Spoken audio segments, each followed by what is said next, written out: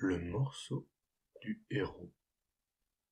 Comment Cuchulainn devint le héros du royaume d'Ulster. Écoutez, et vous le saurez.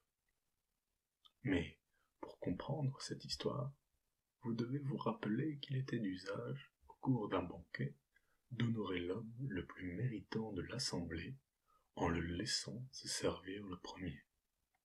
Il prenait le cuisseau, qu'on appelait pour cette raison le morceau du héros. Ce jour-là, un noble Ulat, du nom de Bricru, offrait un banquet pour fêter la construction de sa nouvelle maison. On commença par boire force bière. Aussi, les esprits étaient-ils très échauffés quand les serviteurs déposèrent un cochon entier au centre du cercle formé par les convives. Le rôti, gras et bien doré, faisait venir l'eau à la bouche des invités. Deux hommes se levèrent pour s'emparer du morceau du héros. « Rassieds-toi, Logaret, dit le premier. Tous ici connaissent ta force et ton courage, mais tu dois me céder le pas, car je suis plus fort et plus courageux que toi. » L'autre ne l'entendait pas ainsi. « Toi, Conall, tu peux te vanter de ton audace. Il en faut pour prétendre dérober ce qui me revient de droit. » Logaret prit son clan à témoin. Conall exhorta ses partisans. On se lança des plaisanteries, puis des sarcasmes, et enfin des injures. Le ton montait très vite.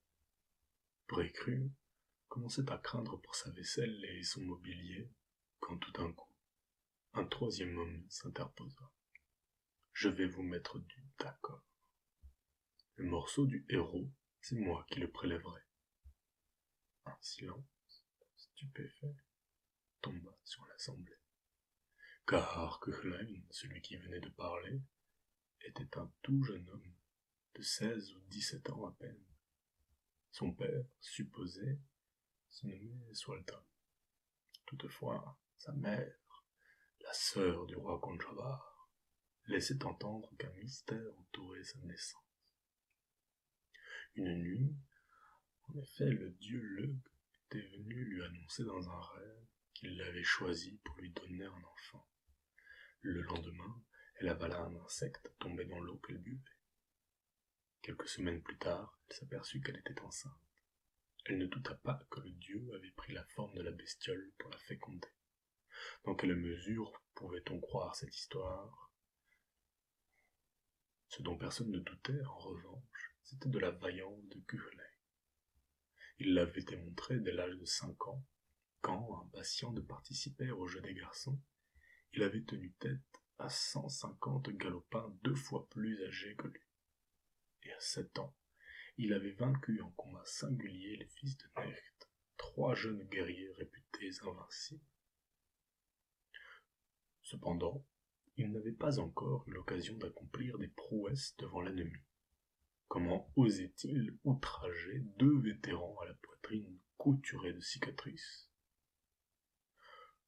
Conall et Logaret, oubliant leurs différends, dirigèrent leur colère contre lui, tandis que leurs partisans, le premier mouvement de stupeur passé du moins, vociféraient de plus belle, cette fois contre le clan de Cuchulainn.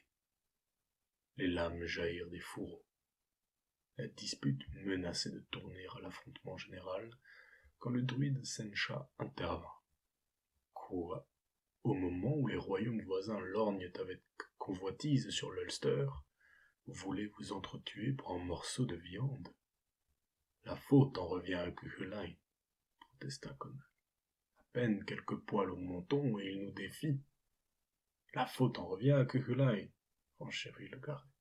Honte sur nous si nous tolérons les insultes d'un freluquet. Sencha jeta un coup d'œil sur Cuchulainn, dans l'espoir de le voir se retirer en proférant des excuses. Mais le jeune homme s'amusait beaucoup du trouble qu'il avait jeté, et il continuait d'agacer les vétérans par des grimaces moqueuses. Le roi vous départagera, décida Sencha. Aussitôt dit, aussitôt fait. Tous les convives, le druide en tête, se rendirent chez Conchobar. « Au roi, apostropha le Garé.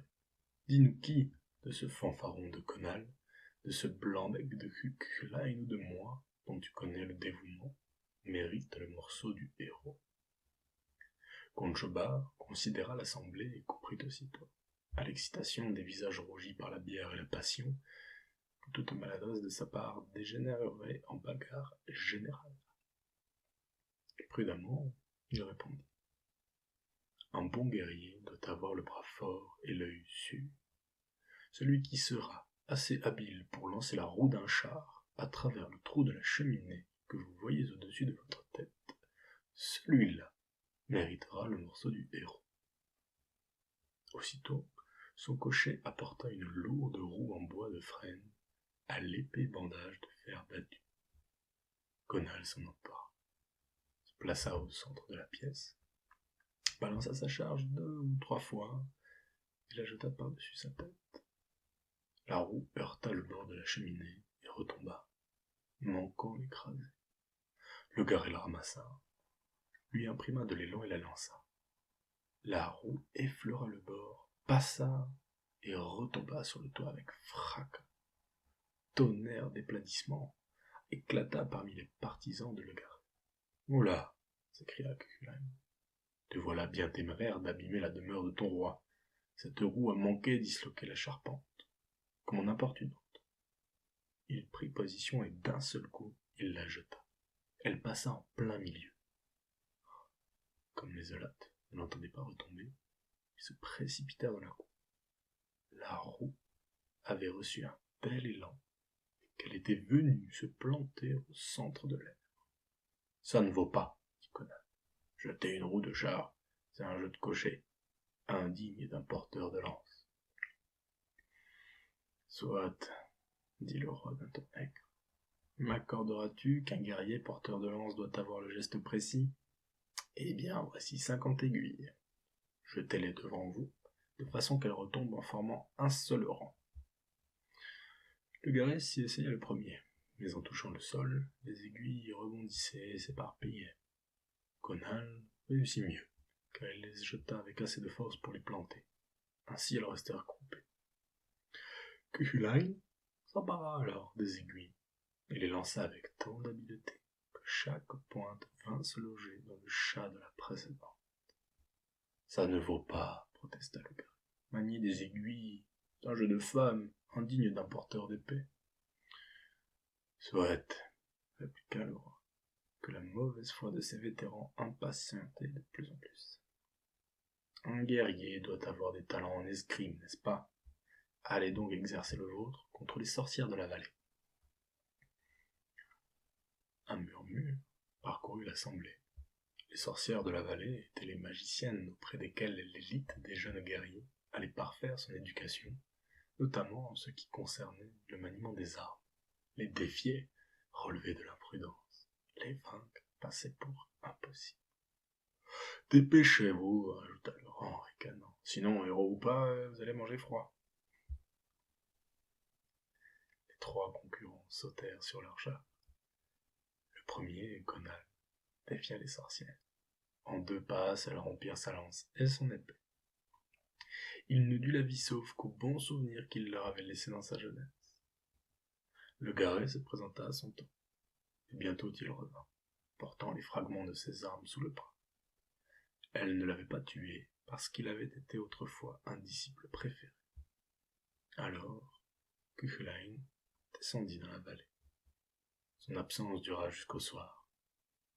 À la fin du jour, il revint près de son char, apportant une lance et une épée brisée. « Oh, eh mais voyez la lance du héros, c'est moins que Conal. Les nôtres sont en 2 morceaux, la sienne en 3, tout juste bon à faire du petit bois pour allumer le feu. Tu te trompes. Voici ma lance.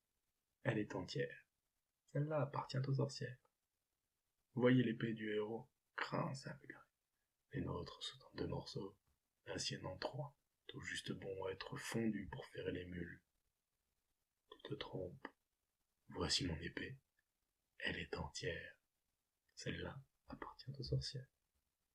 Et il s'élança vers la cité où le roi attend. Eh bien, demanda celui-ci aux 2 vétérans. Êtes-vous convaincu maintenant? Or, au lieu de reconnaître la supériorité de leur adversaire, Conall et le Recarré protestèrent. Ça ne vaut pas. Les sorcières l'ont ménagé à cause de sa jeunesse. Le roi se fâchait vraiment. Quand Sencha le druide propose. Je connais un géant. Son nom est Uat, fils d'Imonain. Appelons-le et demandons-lui de trancher. Je doute que son jugement soit contesté. Le roi trouva l'idée bonne. De toute façon, il ne pouvait la refuser, puisque parole de druide l'emporte sur parole de roi. Quand ils vinrent, et qu'ils virent Uat, les Zelates comprirent pourquoi Sencha s'est montré aussi affirmatif. Qui aurait osé contester l'avis de cette montagne de muscles et de tendons, au regard noir comme un puits profond? Le roi exposa le litige et demanda comment désigner le plus valeureux. C'est facile, dit Uat. Voici ma hache. Il posa devant eux une arme si lourde que Conall et Legarré se demandèrent s'ils pourraient seulement la soulever. Cuchulainn observait l'arme d'un œil froid. Voyez, poursuivit le géant en s'agenouillant, je pose ma tête sur ce billot. J'autorise l'un de vous à me couper le cou. Demain je reviendrai. Ce sera à mon tour d'utiliser ma hache contre celui qui m'aura décapité. Conall et Legarré, perplexes, n'osaient soutenir le regard du géant. Mais d'où sortait-il? On ne l'avait jamais vu dans la région. Pourtant, il n'avait mis ni guère de temps à répondre à l'invitation du druide. Et puis, quelle malice cachait une proposition aussi stupide en apparence. Tout cela sentait la magie à plein nez. Pendant qu'il réfléchissait, Cuchulainn s'avança. Pourquoi devrais-je craindre un homme à qui j'aurais coupé la tête? Dit-il en s'emparant de la hache. Il la souleva d'un seul élan et la battit droit sur le cou du géant. Celui-ci se releva, ramassa sa tête avec beaucoup de distinction dans le geste, et la tenant par les cheveux, il marcha d'un pas tranquille jusqu'à la rivière où il s'enfonça. Alors, Conall et Legarré, muets jusque-là, se tournèrent vers Cuchulainn. Le beau héros, se moquèrent-ils, ne sait-il pas qu'un vrai guerrier allie la prudence au courage? Il fallait être un étourneau sans cervelle pour ne pas comprendre que le géant est une créature de l'autre monde. Demain, tu auras le cou tranché. Nous verrons bien. Demain est un autre jour, répliqua Cuchulainn sans s'émouvoir. Le matin suivant, à l'heure dite, Uat se présenta, la tête sur les épaules et la hache à la main. S'adressant à Cuchulainn, il annonça. Comme nous en étions convenus, je viens te rendre le coup que tu m'as porté hier. Cela est juste, dit Cuchulainn. Il n'avait aucune idée de la façon dont il pourrait, lui, récupérer sa tête. Mais un contrat est un contrat. Il s'agenouilla devant le billot. Uat abattit la terrible hache. Le fer toucha la nuque de Cuchulainn, sans pénétrer plus avant car, au dernier moment, le géant l'avait retenu. Excuse-moi, un rayon de soleil m'a gêné, et j'ai craint de mal porter mon coup.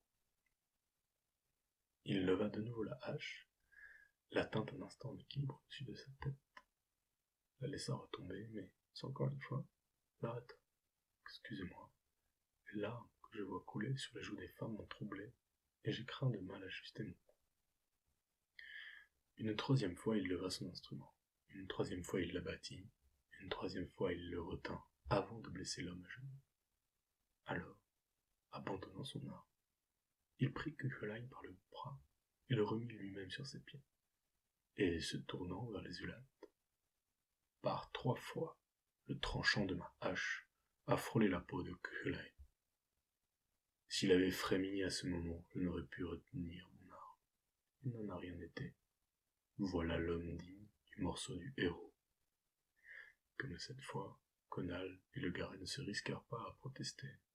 Le festin offert par Bricriu put enfin s'achever.